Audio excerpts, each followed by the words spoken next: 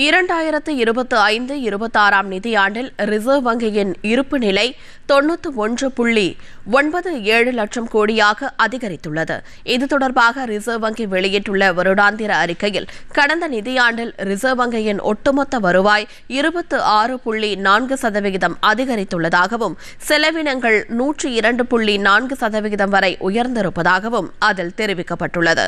மக்களிடையே டிஜிட்டல் பண பரிவர்த்தனைகள் அதிகரித்து வருவதால் புதிய ரூபாய் நோட்டுகளை அச்சிடுவதற்கான செலவு கணிசமாக குறைந்துள்ளதாகவும் ரிசர்வ் வங்கி தெரிவித்துள்ளது.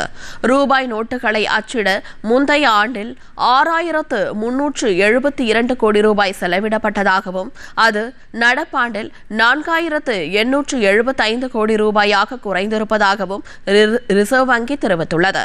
தங்கம் இருப்பை பொறுத்தவரை மொத்த தங்கத்தின் இருப்பு 879.58 டன்னிலிருந்து 0.94 டன் உயர்ந்து 880.52 டன்னாக அதிகரித்திருப்பதாகவும் ரிசர்வ் வங்கியின் அறிக்கையில் தெரிவிக்கப்பட்டுள்ளது.